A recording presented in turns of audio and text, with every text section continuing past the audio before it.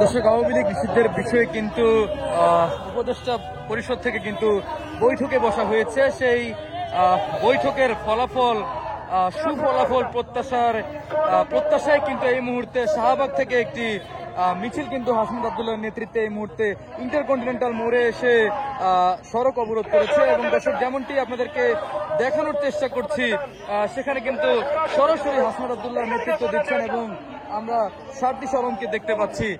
তারা কিন্তু এই মুহূর্তে ঠিক ইন্টারকন্টিনেন্টাল হোটেলের সামনে কিন্তু অবস্থান নিয়েছে। দর্শক, দেখানোর চেষ্টা করছিলাম যমুনামুখী যে সড়কটি রয়েছে সেই সড়কটি কিন্তু ইতিমধ্যে ছাত্ররা দখল করে নিয়েছে।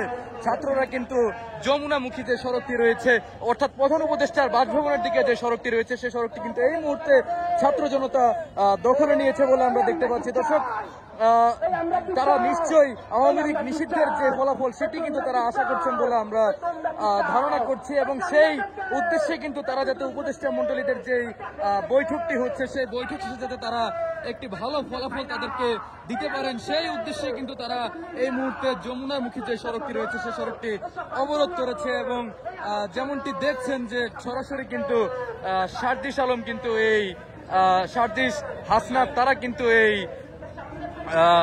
মিছিলটিতে নেতৃত্ব দিয়েছেন এবং এই মুহূর্তে কিন্তু সড়ক অবরোধ করে অবস্থান কর্মসূচিতে ঠিক যমুনার সামনে কিন্তু অবস্থান কর্মসূচিতে রয়েছেন সাধারণ ছাত্র জনতা।